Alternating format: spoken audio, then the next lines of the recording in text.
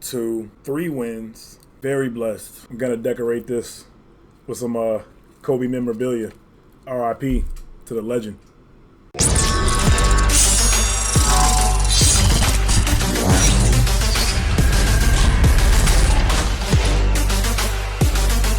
What's happening, YouTube? It's your homie S.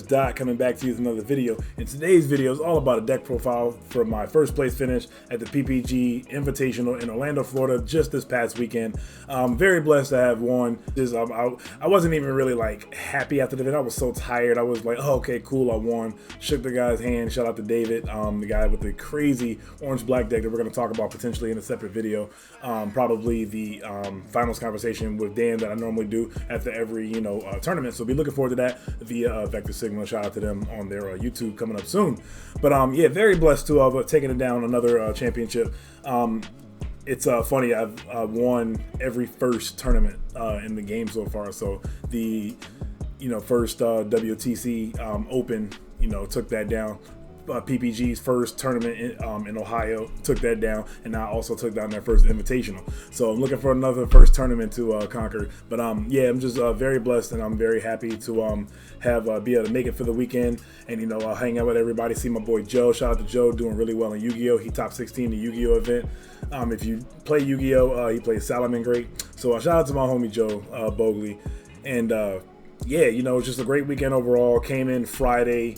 Well, I take that back. I was a little further up north visiting some family, and came down. I wanted to come down Friday, but it wasn't announced about the uncut sheets until like midweek, or I didn't find out about it till midweek.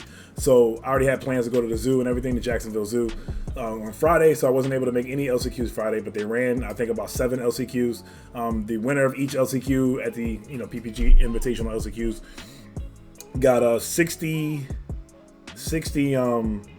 prize tickets, and the goal was to at least win 2 of those events, because that would give you 120 prize tickets, but 20 left over because uncut sheet only costs you 100. So that's a pretty good deal, but it is a pretty big feat of trying to actually win a best of one. These were best of one situations, and I understand why they were best of one, to try to speed up on time and get as many people qualified as possible. If it were best of threes, it probably wouldn't have had 7 LCQs. Might have been like half of that, or maybe half of that round down, so probably like 3.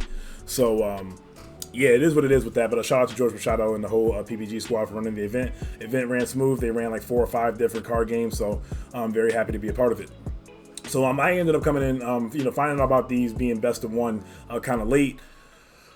I mean, pretty much like when I got there, I didn't bring a lot of cards. So there's some cards that I would have brought, because I haven't built the not overwhelming advantage, the aggressive Springer deck. I haven't played that yet. And I wish I would have brought the cards for it, because that deck is very good in best of ones, or at least even the General Optimus build. I would have played one of those in a best of one, but unfortunately wasn't able to do that. So I was playing like my decks that I have built for, I don't want to say best 2 out of 3s, but weren't built for best of one. So I had like options were Octone, Jetfire, Shockwave. Shockwave is what I played in the first one, and shout out to the guy, I forgot his name, but really cool dude. We played a Shockwave mirror match, and the game was really slow, and I was actually ahead and was going to win the game, but actually Caliburst's, he was playing Caliburst and Sights, Caliburst and Tailwind. Yeah, he played those, and me drawing a card every other turn with Shockwave. It was a card that I needed, and I did think, I was like, man, these ones, they don't kind of mean anything, but then again they do, because what ended up happening was, long story short, late game in that one game, I took out a Shockwave actually with my Shockwave. So it's Shockwave versus his Caliburst. And I have 14 damage on me, and this is I want to say my final turn, because I feel like I'm good. He has a extra padding and nothing else on his Caliburst, and he has 1 damage on it. So I'm representing 12 damage or 11 damage already with 2 Gamma Launchers on Shockwave. And was it 11 damage, or at least 9? No, yeah, it was 12. It was 11 plus the Sights weapon. So he's fully loaded. And I had a choice between Smelt that I grabbed the turn prior and Leap into Battle in my hand. And for whatever reason, I really underestimated his flips and got ahead of myself, not going to front, and played the Smelt to get rid of the tough one with the extra padding, and then attacked him, and he flipped like a white, a double blue, and 2 more blues. And so it was my 12 to his 5, and he took 7 and lived by 1. And then he actually already had Triple War of Attrition in his hand and took out my last remaining 3 lives. So that was kind of an epic ending, and that was pretty cool. Wish I could have got that on camera. So shout out to him. And he ended up actually winning in LCQ on Friday, so he ended up winning that, and then he also won the finals because that was the first match of that pod, and he ended up winning that thing. So he had the 120, winning the whole thing rather, of that pod, and got the 120 tickets to get the super rare uncut sheet, the one with the Nemesis and the Bumblebee. So congratulations to him, really cool dude.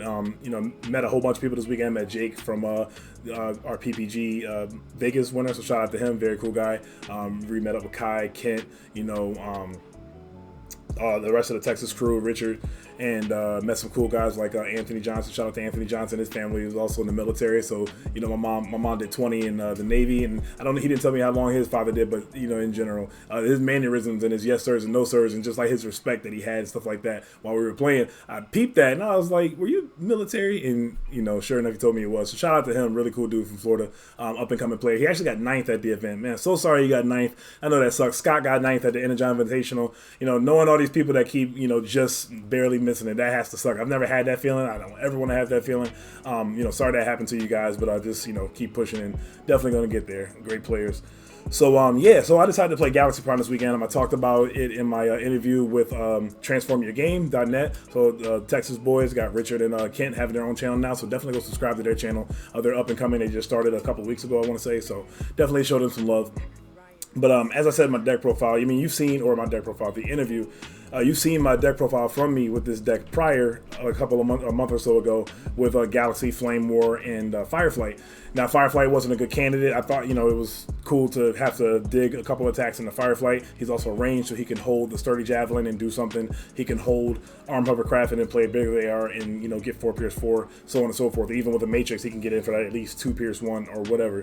But it turned out that Skydive actually ended up being better. Now, Skydive was my very first choice because I was trying to find the maximum amount of health I could use plus the 3 energy pack, because 3 energy pack on Prime is 33 health. So 33 health ideally, or whatever, and or let's say 31 with him in Flame War. And it's like, well, who's the next 5 that has the most survivability? And of course it's Skydive. Skydive's probably the best 5 for the job. But the only issue with Skydive is that he's a specialist, and I just can't get away from the range cards yet. I've been saying this before, and I'll say it again. I love the range cards more than anybody else in this game, even Scott. 'Cause I know Scott's a big advocate for him, but I love him so much that even in this deck, shout out to again for Dan for winning with the version that he won with.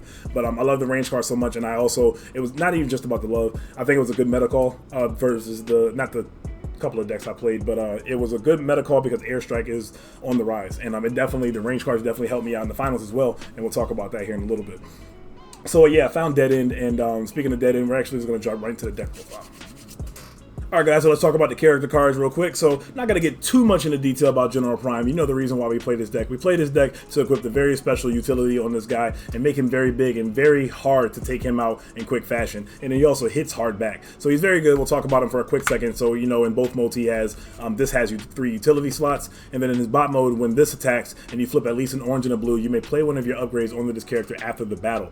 So you can play your energy packs, you can play Ion Blaster, play whatever, and on him, and it's definitely a sparring gear, especially bashing shield, whichever, and definitely very solid to get those free upgrades, and it helps with a couple of other cards in the deck as well. And then in his bot mode, you will do this a couple of times throughout the game. Again, he has the 3 utility slots. When you flip to this mode, reveal the top card of your deck. If it's an action, you may play it. So being able to play those free cards, you generate some decent advantage and not have to play a potential card in your hand that turn, and just go from there and progress the game state. And then of course we have Dead End here. Dead End, who I found to be I do miss the one attack that Skydive did had. It was nice to always be able to open the game with Skydive and attack with him. And that 3 attack to somebody that had 1 defense or 2 defense and getting that 1 could help. Throughout the course of the game. A lot of times Dead End got in for 0 on the first attack. Except for against orange decks, and even against some orange decks like the Springer deck that I played against in the top 8. Shout out to Jake. Springer has 2 defense, so unless I flip the orange, he wasn't getting in for any damage. So the opening play is very weak with it, but he's there mainly again just to hold the. Fireflight didn't end up doing anything really either, and he was there for his Brave. But mainly, he's very sturdy. He will take 2 to 3 hits before he dies, especially against an aggro deck. Against blue decks, you actually will comfortably flip this to his alt mode, his bot mode, which lets you draw a card. He's a 3/7/1 in bot mode, and it just simply lets you draw a card when you flip there. But overall, he's just mainly here because he's a range card and helps me helps him hold some of the ranged upgrades that I have in the deck. And that's really about it. And of course, good old Flame War. There's something new to say about her. I only did it once in a tournament, but you do have some opportune times to potentially flip Flame War here to give all your characters bold 1, which really boosts Optimus effect to potentially hit another upgrade at the top of the deck and equip it to him. So let's jump into the battle deck. So start all my deck profiles off with, you guessed it, Security Checkpoint. Security Checkpoint is a very great card throughout the whole weekend. I didn't use it. I mean, obviously it's great on defense, and you use it at opportune times. Sometimes you have to sacrifice some upgrades out of your hand, or an upgrade. It's good against Jetfire. You catch them at the right time when they potentially don't have a outside of combat outside of manual flipping for your turn, like escape route or rollout. Stripping them off from their upgrades and really slowing them down can hurt them a lot. They like to keep a lot of cards in their hand. Getting rid of their extra paddings or whatever is definitely very nice. Of course, getting rid of your opponent's bashing shield after you play your sparring gear, whatever is a play I always advocate for, and just in general is always going to be a very great card and not going anywhere for a long time. So 3 Security Checkpoint, definitely start the deck profile. Usually always off with that card. Next up, we have 3 Hidden Fortification.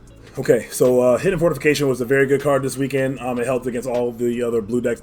This weekend's epitome was pump attack, pump action, pump upgrade, swing, especially with the Sideboard character we're going to talk about, who's definitely the character of the weekend, who definitely influenced this meta very highly on a couple of different levels. But Hidden Fortification was always a very good card, and even when they negate your sparring gear with a bashing shield in an aggro matchup, or they disarm you, having this down as a safe haven to be able to block at least, on average you want to probably assume that you're going to flip at least 5 blues. If you flip a white, of course, extended into more, it's always great. But card was very good over the weekend. I wouldn't have changed it for this weekend specifically, but going forward, after what the meta's turning into, potentially might take one out and potentially might keep it. I don't know, but we'll see. But I was very happy with that choice of the 3 Hidden Fortification. Next up, we have 3 Bigger They Are. This card was very good over the weekend.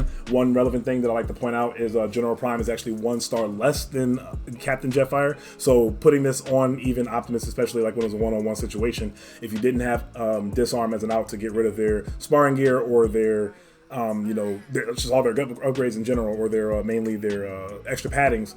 This at least got 4 damage guaranteed in, which is nice. You have an Energon Axe that's Pierce 6, and we go from there. So, and this card was always obviously good, like on wheel turns where you had to attack first and like you send dead into their best guy or whatever and get that 4 damage in. If you have a Matrix of Leadership on your prime, you're getting in for more Pierce. It was a very great card over the weekend. Saw this multiple times throughout the weekend. It really helped. So I'm definitely blessed to have seen him. When I needed him. So next up, we have another pump action. We have two Leap into Battle. This card was a very big card over the weekend, and actually I normally don't do this, but I'm going to talk about the card it replaced. So normally the decks I usually play 3 Marksmanship, but Marksmanship is actually going out of favor right now because of Airstrike Patrol mainly, and you can still side 1 or 2 if you have bugs in your meta, or you have the new deck like the Davis deck, in your meta or anything like that. Marksmanship is still strong against those decks, but Airstrike Patrol is the strongest, whatever variant. Like the Optimus and the Springer deck, and probably I guess the Barrage version. Those versions are very strong. The only character they flip, they do flip Tailwind at the end of the game, but if you're really holding the Marksmanship all the way at that point, I guess you're good potentially. But they only.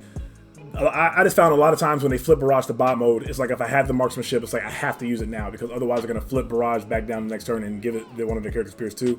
General Optimus doesn't flip until he attacks, so he's not attacking for 4 turns until their turn 4, because they're going to attack with the 3 Airstrike Patrol first.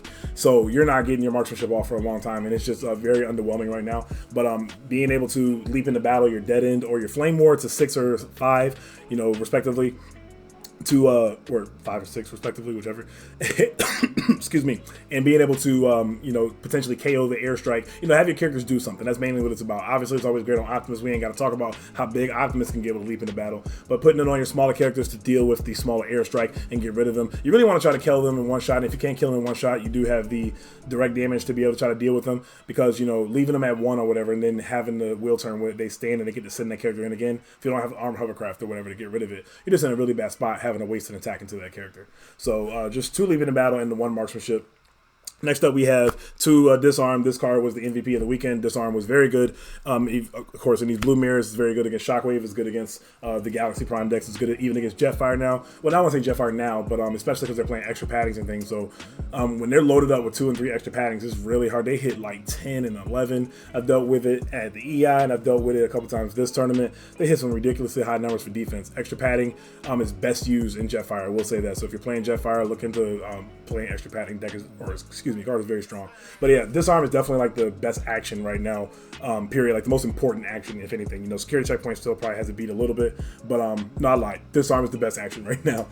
Being able to bounce all your opponent's upgrades, or actually even bounce your own. In a test game against Scott, I did a really cool play where I bounced my armed hovercraft back and played my hovercraft again to kill 2 bots, and then go after Springer, and then him not having, you know, those 2 attacks or something like that to that effect helped me win the game. Well, I think I won that turn actually. I killed like 2 characters, and then I got after Springer, who was untapped. So keep in mind, you can disarm your own character. So if you have to bounce your own arm hovercraft, if you have to bounce your own arm hovercraft back, that's actually a good play. So if you open with hovercraft disarm, don't discard your disarm against an aggro matchup, because it's not really that good against them, unless they're playing overwhelming advantage. If you read that they're setting up for overwhelming advantage, or obviously they flip an overwhelming, or the cards for it, like, you know, not necessarily wedge, but you just see them playing the deck. You know, it's a good card to keep in your hand. Next up, we have 2 Sabotage Armaments. This card was very good. I think I would like to play 3 and 3, but space was an issue, so I'm only playing the 2 right now. Always still a great card. I am side decking the 3rd, but we'll talk about the side here in a little while. But Sabotage Armaments, not too much to say about it. I didn't have any blowouts with it this weekend, and it's methodical too. You have to really be careful when you set it. Like there was a match, I forgot against who. I think it was against Rich in Swiss. Shout out to Rich White. I checkpointed, so he saw that I had Sabotage, and then on like my next turn I drew Hidden Fortification. So I shuffle my hand, you know, doing my thing, set a card. I'm assuming he's gonna assume that it's Sabotage Armament, so that made him not play a weapon that turn, and it was actually Hidden Fortification. So I was able to live a lot, you know, better than I would have if he were to play an Energon Axe or whatever. Now I think Sturdy Armor, keep in mind, Sturdy Javelin, beats Sabotage Armaments. Any card that says when this card attacks, or when the character attacks, you know, you do that effect right away before your opponent that's defending flips for their Sabotage Armament. So very good card overall. We have 2 Equipment Enthusiasts, one of my favorite cards in the deck for sure. You get free upgrades off of Optimus flips, so that's the main reason to play this card over Pep Talk or anything like that. And plus it's a white to help facilitate flipping more cards to try to match an orange and a blue off your flips for Optimus effect. Using this card, you know, I usually use it for a Pep Talk. Or better against control matchups. Control matchups, a lot of times I probably would wait, because I would get a 3 draw or a 4 draw against Al. I want to say, yeah, I think his name's Al. He top 8 with the Octone deck. If you watch that on stream on Twitch, I drew like 5 cards each time or something like that, and plus a whole bunch of cards off Pocket Processor. So I had all the options I wanted in my hand. This card, I think, is the one that should have got banned when they went banning cards, but it is what it is. But this card is very good. It was very good throughout the weekend. And then my last 2 cards to round up my actions were 1 Reprocess and 1, ooh, that glare is horrible. So back to the last 2 cards in my deck, we have the Reprocess and the Secret Dealings. So Secret Dealings was trash. It was never cool. The thing was, I also played a wedge formation at one point because I have a specialist and the range, so I can draw a card and stack a card, then flip Optimus, play the card that you know. So the point of it was to draw a card and like stack Matrix to attack and play the Matrix. So like you get to play 2 upgrades in 1 turn. That never happened. Like the players again plays wedge formation or Secret Dealings, draw a card, you know, deeper into your deck to first find answers, you know, for whatever, and stack Matrix if you had it. Then play your Sparring Gear or your Energon Axe or your Noble's Blaster or Arm Hovercraft, whatever. Play another upgrade for the turn, and then when you attack with Optimus, you know you're gonna flip the Matrix, so you get the Matrix as well. So ideally, you got an action. 2 upgrades and an action, but like it doesn't really actually do that much, and I never actually even did that this weekend. The only other thing you do is you play the wedge or the Secret Dealings to draw a card looking for a better upgrade play that turn if you didn't have a good one, and then stack another action on top of your deck. So let's say you were looking for Arm Hovercraft, you got lucky and draw the Arm Hovercraft off Dealings. Well, then now you can stack an action on top of your deck that you want to flip Optimus, play that action as well to still, ideally keep your action play for that turn, and then play that newly drawn upgrade or whatever the case is. But overall, it's actually still just bad. Like, I wish it was even, I want to say work overtime. Like, it was a green. I think I'm playing 6 greens in the deck total, and I've always said that I like to play at least 5 or 6 greens in my deck. So just in general, I just know that I actually wish it was like Espionage or something. Espionage would have been a lot better. We'll talk about that when I get to my side deck because it's in there. And then Reprocess is very good. Taking the place of Smelt. I did play Smelt at one point, but I finally took it out because for space issues. But this card is very good. Keep in mind, it's a soul green icon. I get that. I get it doesn't help on attack or defense, but take my word for it. You will love this card when you play it. You will be happy so many times when you get to reprocess a energy pack off of Optimus Prime when it's not damaged. And even if it was damaged, it always represents better value to get rid of it and let them heal too than for them to keep the +4 health off of the energy pack. Getting rid of composite armor or whatever, and I think Immersed in Shadows in the finals helped me ended up winning that game, being a green. Being able to get rid of any card or even your own cards and like keep you out of direct damage range of a certain card or whatever, and getting rid of your bashing shield and healing too because there was nothing on your opponent's side to get rid of, and then playing the sparring gear is also a play or whatever. There's so many different not want to say so many different, but it's definitely very good, I will say. So definitely play the card. Played in conjunction with Smelt if you don't want to get away from Smelt, but Smelt is outclassed by this card now, so Reprocess is one of my favorite cards throughout the weekend. So. And next up for the upgrades, we're going to start with the weapons as usual. The weapons are 3 handheld blaster. I was playing 2 for a while to be able to fit space for other cards, but you know what? Some of the versions of Airstrike Patrol, like the one that plays General Optimus, is playing 7 double oranges right now. So their 7 double oranges versus your 5 double blues does not seem like good odds for you to be playing with, even if your guy does have 21 health. That deck is still very scary to play against, despite Optimus having so much health. When 4 and 5 drops are hitting you for 9+. Like, that's just kind of ridiculous. So definitely got to play 3 of these, and it helps you tank better. And you will actually equip this card in this deck. I've always said in the past when I come to this card, you will never equip this card or in that specific version I played or whatever because of the type of deck it is. But you will actually equip it with 2 Optimus potentially in this deck. So don't just always get rid of it for a green, especially if this is the only weapon in your hand. Don't just look at it as just a double blue icon in this deck. You will play this on Optimus sometimes to potentially flip an additional card to try to find those upgrades to play for free. Next up for the range package, we have 2 Sturdy Javelin and 2 Armor Hovercraft. Sturdy Javelin helped a lot, and I liked it because it was a white to help facilitate, flipping more cards through my deck for Optimus's effect, when it came up. And of course, the direct damage is always nice. It's like a plasma burst, and I have no melee characters, so my 2 range characters I do have those very nice on.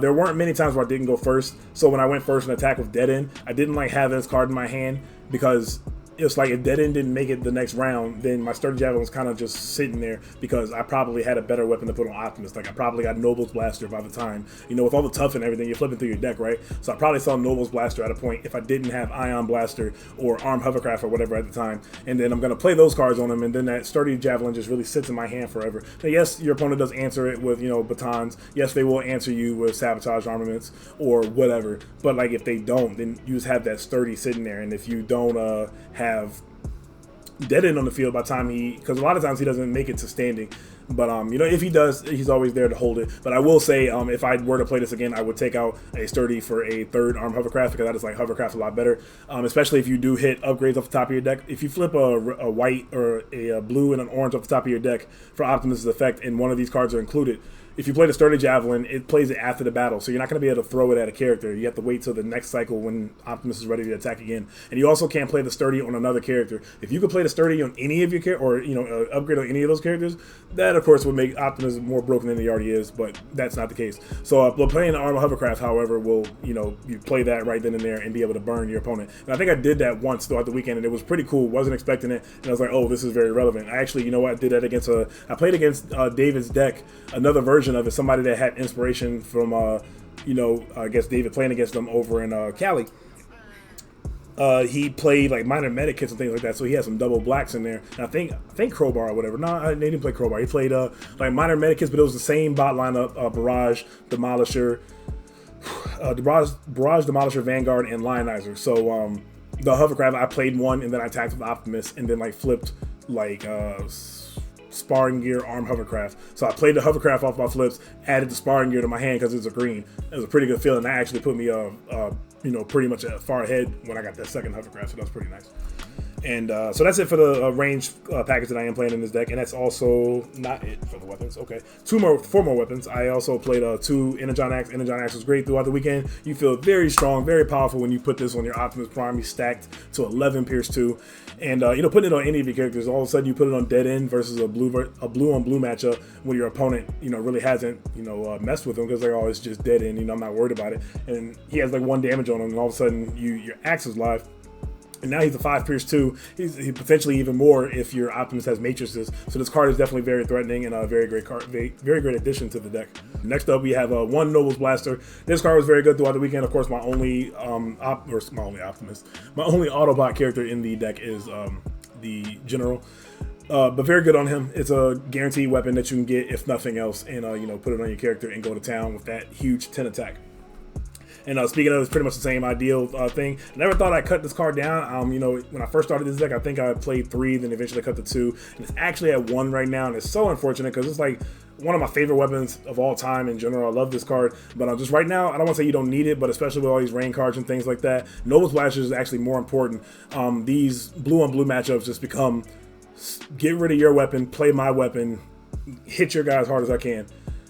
Play a pump action, play a Energon Axe or whatever, pump upgrade, hit your guy as hard as I can with thrust or whatever, and or sabotage. They keep sabotaging, like I said, batons or sabotage or disarm or reprocess. So a lot of times, getting rid of your weapon was really annoying. So I could actually see myself cutting this this Ion Blaster for another Nobles Blaster, so I can always have a weapon readily available for my Optimus to make him more of a threat.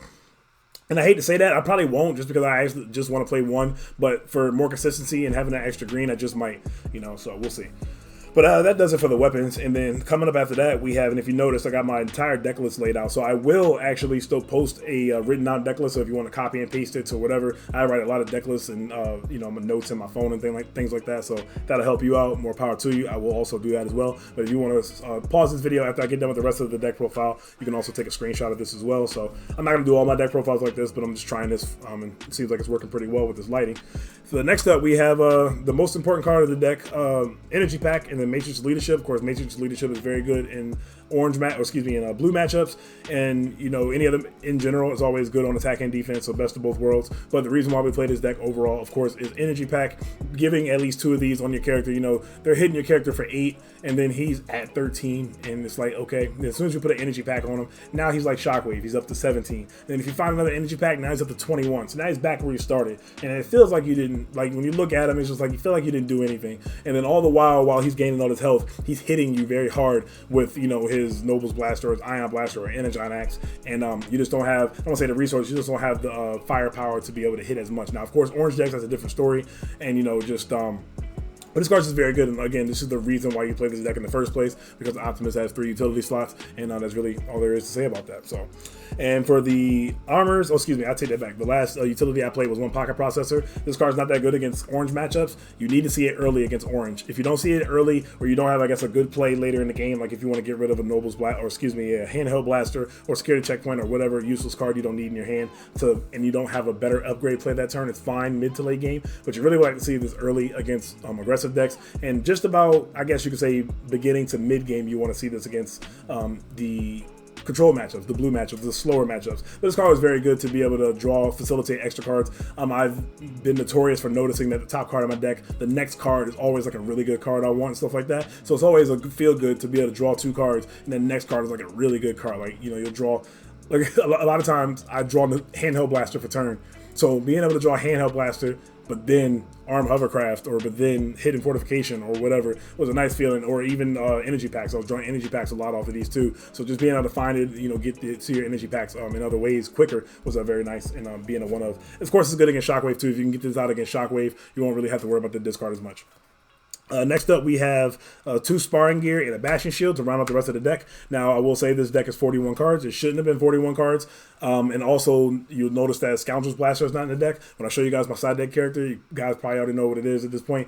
Meant to side it, meant to at least side it if I didn't main it. But, I wasn't playing Nobles Blaster at one point, and then it turned into Scoundrel's Blaster because it was like, I'm playing the range cards. And I was like, well, I have 2 Decepticons versus 2 Autobots and 1 Decepticon. So I was like, Scoundrel's Blaster could be, you know, solid in here. But for whatever reason, like every time I wanted to play it, I wanted to play something else on Optimus. So I was like, well, I'm just never going to load up anybody. I mean, outside the realm of playing Sturdy, Javelin, or Armed Hovercraft that Dead End can wear.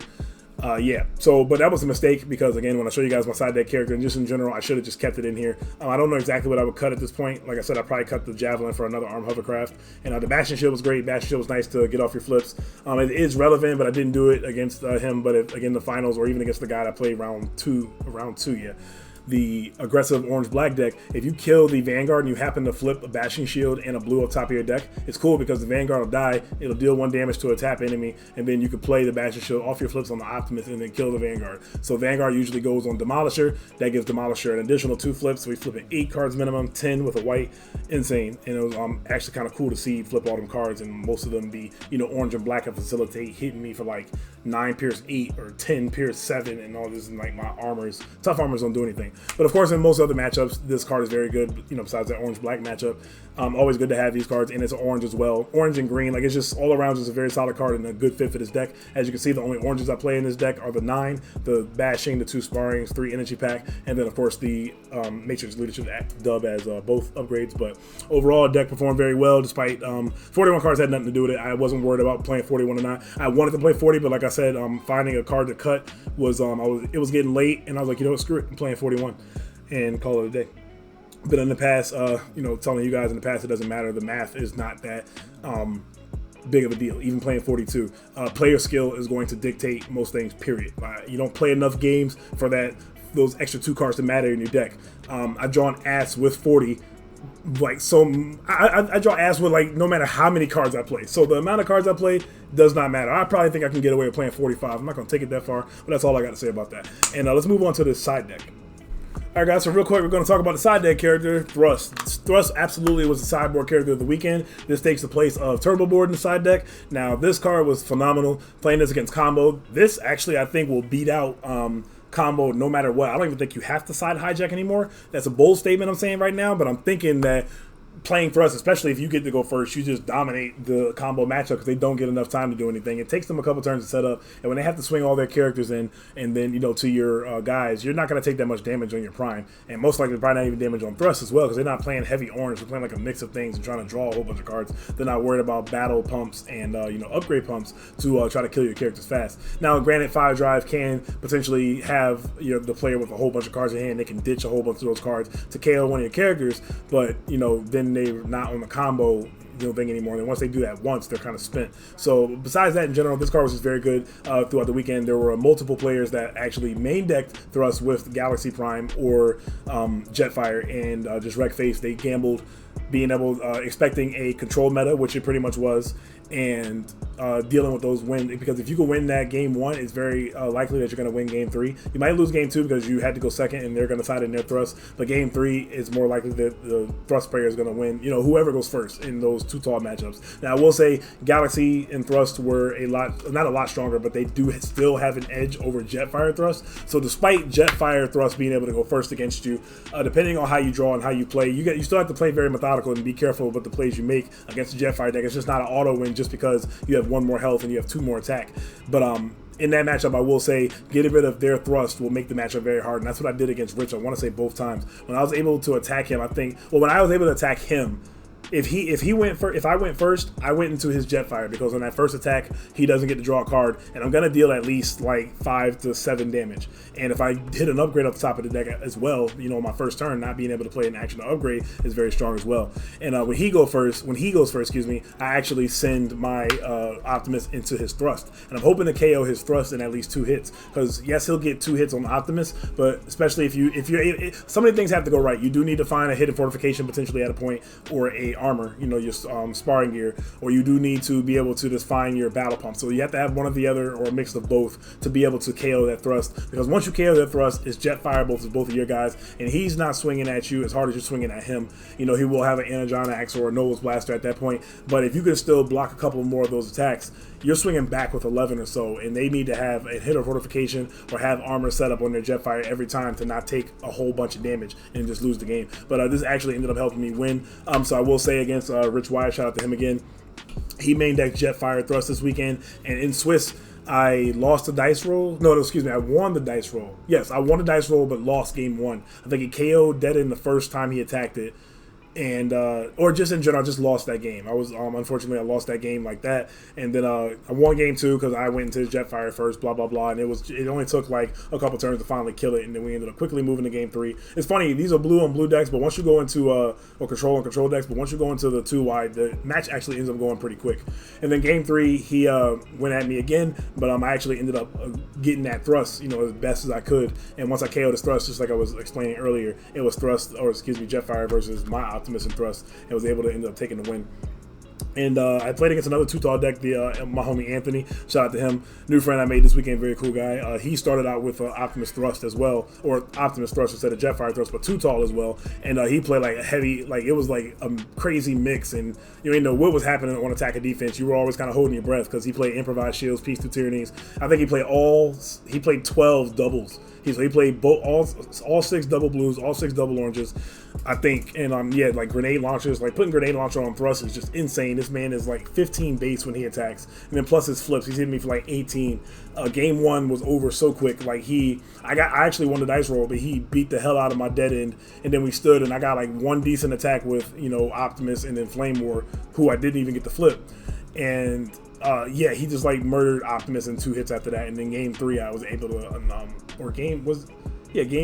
lost game 1, and then I won game 2 because I went first, and then game 3. I think game 3 what did help was he opened like 3 of those doubles. So him playing 6 double or 12 double blues is more likely for him to open it up with a brick hand, and it did catch up to him. I think he opened like 2 Improvised Shield and 1 Handheld Blaster, or vice versa. So having those 3 and an Ion Blaster, I remember him saying. So like he only had an upgrade every turn. He wasn't able to play like Supercharged Ion Blaster or even like Handheld Blaster, whatever, on his character to get some solid attacks. So that helped me build enough momentum to be able to crack back and take the win. So Thrust was very good throughout the weekend. No other character better than him in the side deck right now because he pretty much makes you pseudo 1-tall. Definitely dust off your Thrust and get him in there because he's definitely very good right now.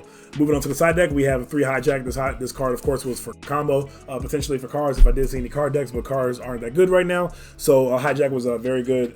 You wouldn't play it against Shockwave. You could potentially side against Jetfire, but you probably won't. But yeah, it was mainly in there for combo to kind of stymie them and hold them off from their plays. Keep in mind, you're forced to flip this card when they flip for Kinetic Converter. So or when they play Wedge Formation in the Springer deck, you will side this against Springer aggro and stuff potentially too. So keep in mind, if they do have Kinetic Converter or something like Wedge Formation, they draw for the turn. When they play Wedge Formation and draw a second card, you have to play Hijack then, or you can't play it at all for the rest of the turn. This card reads, unfortunately, if your opponent would draw a card, would draw a card for the second time this turn, you may flip this, reveal this, and draw a card instead. So yeah, you have to do it, like I said, when they draw a card. Then you can't wait till they discard an action or upgrade for one of those Springer flips and draw 2 cards. So if they don't have those cards and you can get away with that, that's good. A lot of times they may not even flip their Springer that turn, and so you're not looking to get greedy, and not necessarily greedy, but draw a whole bunch of cards off this. You're just looking to hold them off so you can get more answers to their plays and defeat their deck. Next up, we have the last disarm. This disarm came in the finals, and I'm going to talk about that more in a second. I'm just going to burn through all my matchups here in a little bit. And so it was a very good card. Glad to have had all 3, in my deck to help out against, the deck I played in the finals. Mercent Shadows was a pain. Game 2, and being able to bounce back his Mercent Shadows and attack Demolisher to pretty much seal the deal was very fulfilling and rewarding. So, and just in general, this card was great all day to bounce back a million upgrades off Optimus, etc.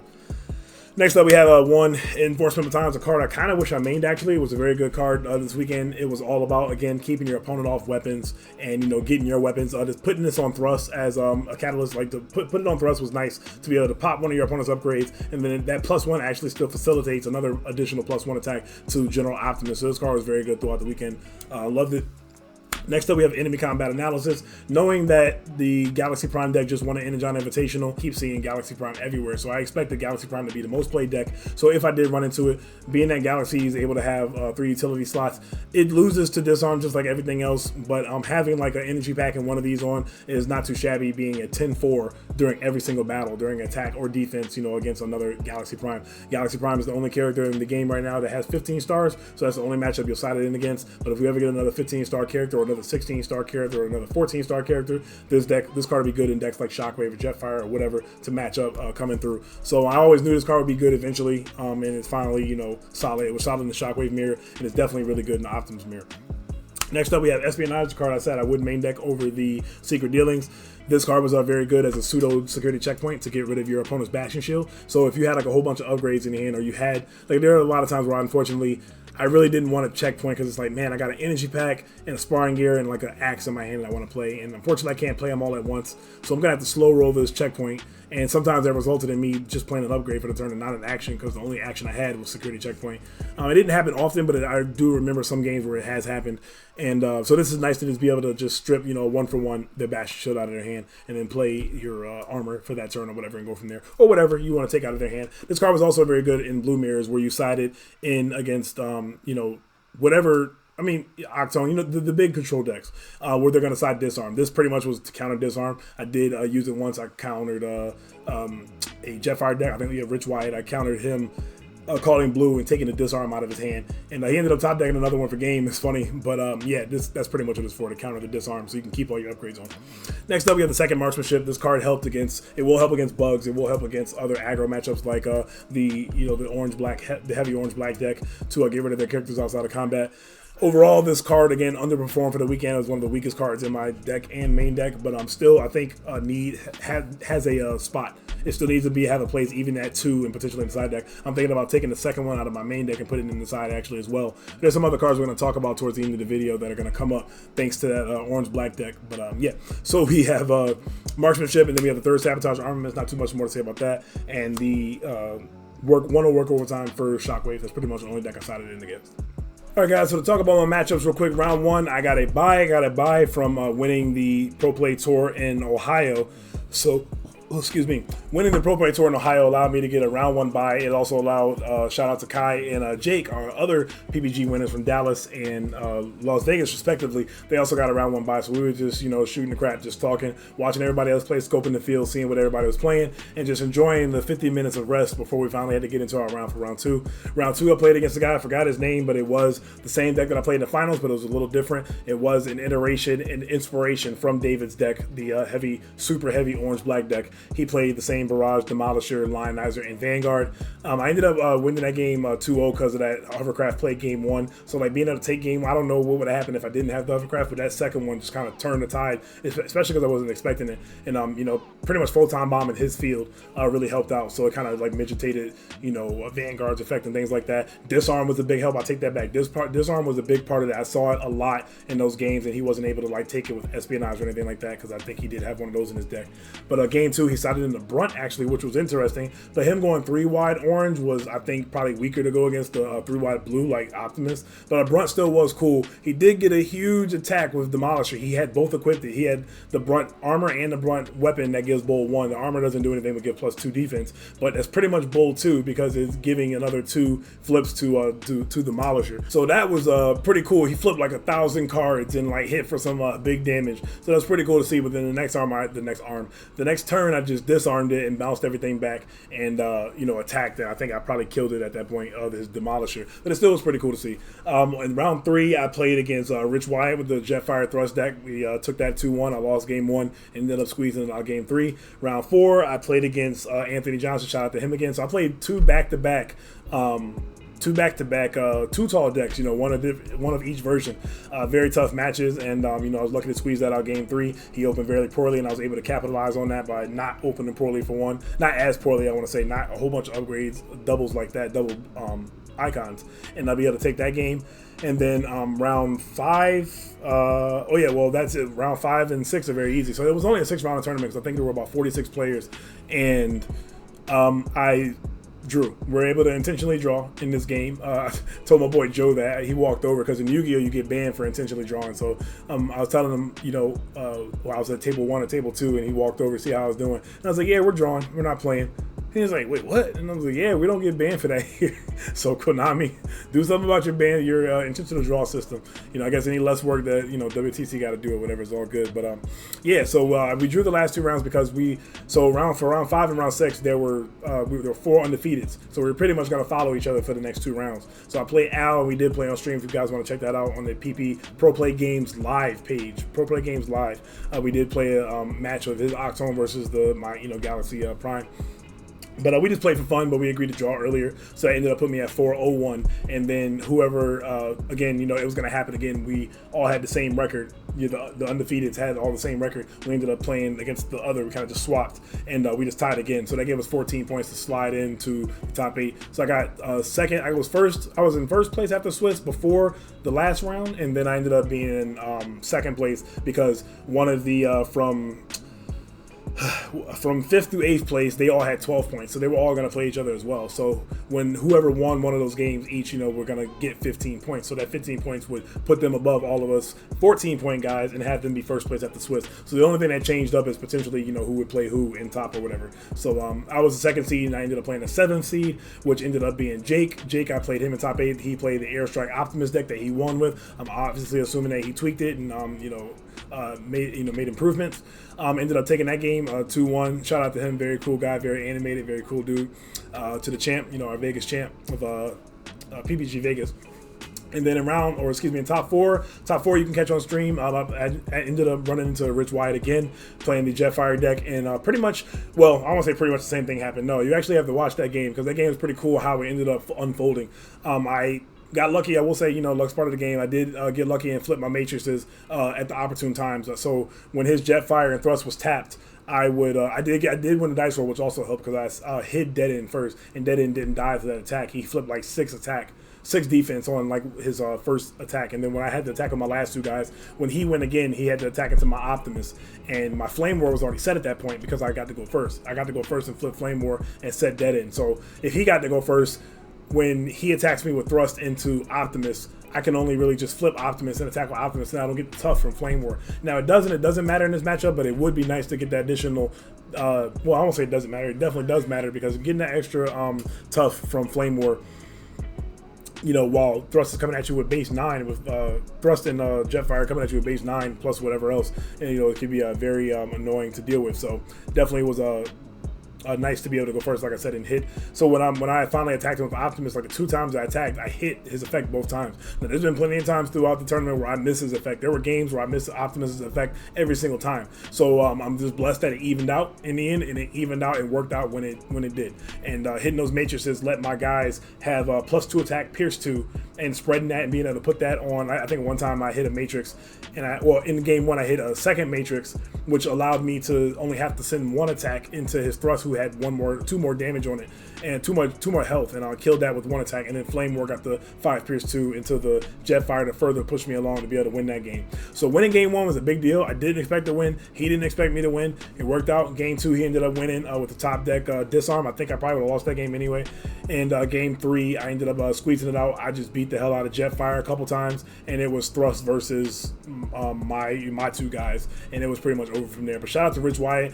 He was our Pac South champion, a very good player, and I look forward to playing him again.